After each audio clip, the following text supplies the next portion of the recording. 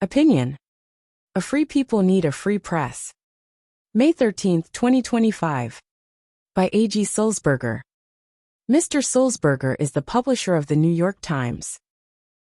This essay was originally delivered as a talk at the Kellogg Institute at the University of Notre Dame's Keough School of Global Affairs on Tuesday. The role of a free and independent press in a healthy democracy is under direct attack, with increasingly aggressive efforts to curtail and punish independent journalism. I don't believe it's an overstatement to say that this anti-press campaign threatens the special formula that has made the American model so successful for nearly 250 years. A free people need a free press. Across the world, we've seen democracy in retreat. And for aspiring strongmen seeking to undermine the laws and norms and institutions that underpin a healthy democracy, the free press is usually one of the first targets. It's no secret why. Once you've constrained the ability of journalists to provide independent information to the public about those in power, it becomes far easier to act with impunity. From its beginning, our nation has recognized journalism as an essential ingredient for democratic self-governance. The Founding Fathers enshrined this insight in the First Amendment, making the press the only profession explicitly protected in the Constitution. The generations of presidents, lawmakers, and Supreme Court justices that followed largely championed and defended press freedoms. Behind their support was a bipartisan recognition that the press plays a crucial role in our success as a nation. 3 roles, actually, each of which also maps precisely to current challenges undermining the nation's civic health. As a historic surge of misinformation erodes our shared reality, the press ensures the flow of trustworthy news and information the public needs to make decisions, whether about elections, the economy, or their lives.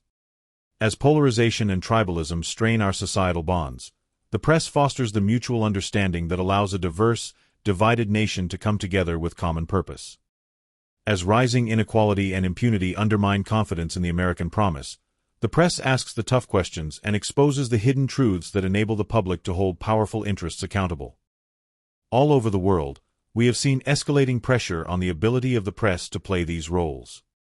A record number of journalists have been killed or jailed in recent years. Many more are subjected to campaigns of harassment, intimidation, surveillance, and censorship. Those efforts have been perhaps most obvious and intense in authoritarian states like China and Russia. But a more insidious playbook for undermining the press has emerged in places like Hungary and India. Places where democracy persists but in a more conditional way under leaders who were elected legitimately and then set about undermining checks on their power. The experience in those eroding democracies offers sobering lessons in how attacks on journalists are often precursors to attacks on a broader suite of democratic institutions, rights and norms, such as free expression, fair competition, and the even-handed administration of justice. This anti-press playbook is now being used here in this country, and it could not come at a more difficult time for the American press. The business model that funded original reporting is failing. About a third of all newsroom jobs have disappeared in the past 15 years. Hundreds of newspapers have gone out of business, and they continue to close at a rate of more than 2 a week. That economic pressure has been increased by the difficulty of operating in an information ecosystem dominated by a handful of tech giants. They control the flow of attention online, but most have shown something between apathy and open hostility to independent journalism and little concern about the quality of information they pass along to the public. In short, a vastly smaller, financially weakened, and technologically disintermediated profession now finds itself facing the most direct challenge to its rights and legitimacy, as well. Some cheer this state of affairs. I'm all too aware that mine isn't the most popular profession. Too much of modern media is devoted to entertaining rather than informing, to stirring up anger and fear rather than advancing understanding, to amplifying whatever is trending rather than focusing on what really matters. In a country with too many pundits and too few reporters, it's not a coincidence that trust in the media has plummeted. Even the best news organizations, the ones with the highest standards, the most rigorous processes, the best track record of putting the public interest first, don't always get it right. At the Times, we run a daily corrections section for good reason. And in our long history, you'll find we've made our share of bigger mistakes as well. But independent journalism is designed to be self-correcting. We constantly ask the same questions of ourselves that we hear from our critics. Were we open-minded enough to unexpected facts? Were we skeptical enough of prevailing narratives? Have we taken enough time to really understand the issues and the communities we're writing about? Were we too soft? Too tough? Did we double-check, triple-check, then check again? When we make mistakes, we try to own them, learn from them, and do better.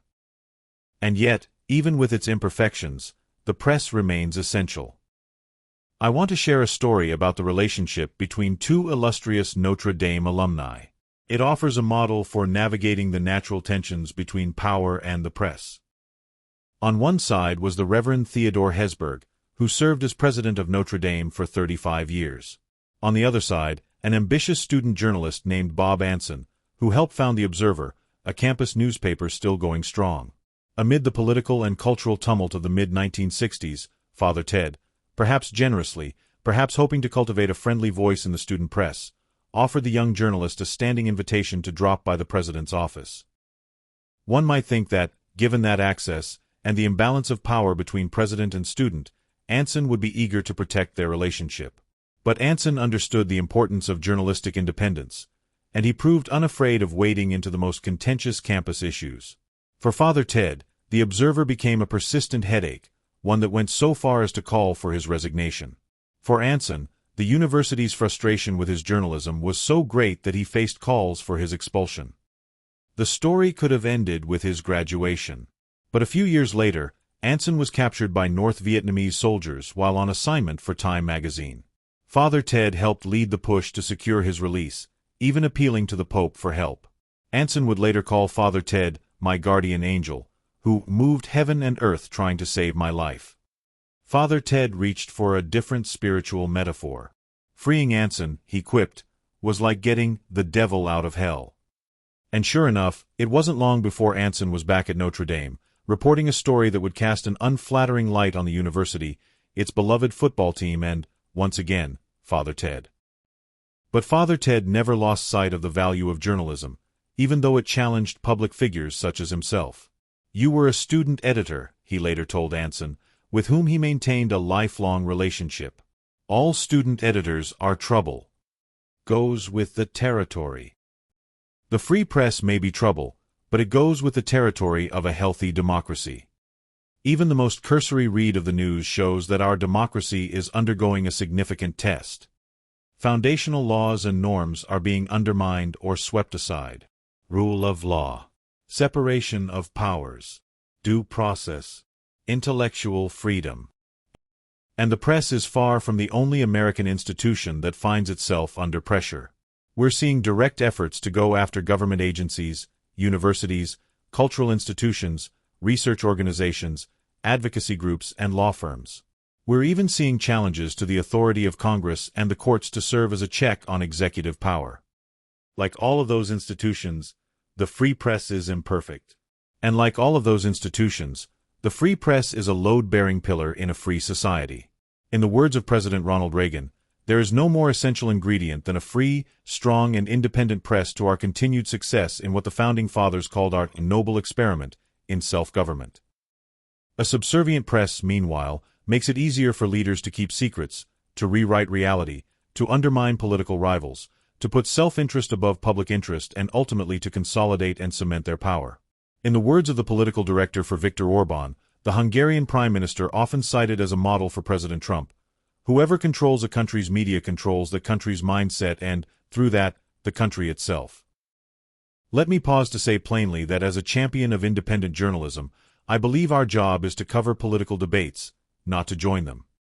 We're not the resistance. We are nobody's opposition. We're also nobody's cheerleader. Our loyalty is to the truth and to a public that deserves to know it. That is the distinct role that independent news organizations like The Times play in our democracy. That means we will cover the Trump administration fully and fairly, regardless of what attacks it sends our way. We will continue to provide unmatched coverage of its abuses and failures. We will also cover its successes and achievements and explore its support across a large and diverse swath of the country.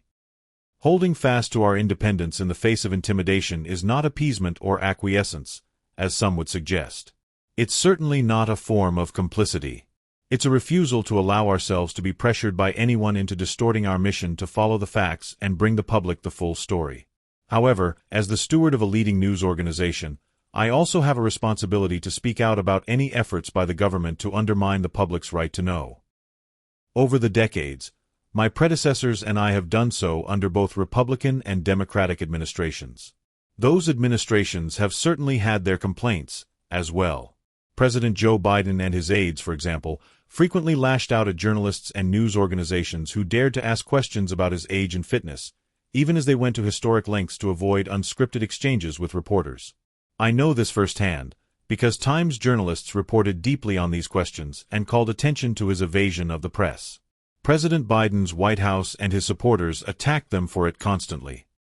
President Trump, in contrast, continues to make himself more available to reporters than previous presidents.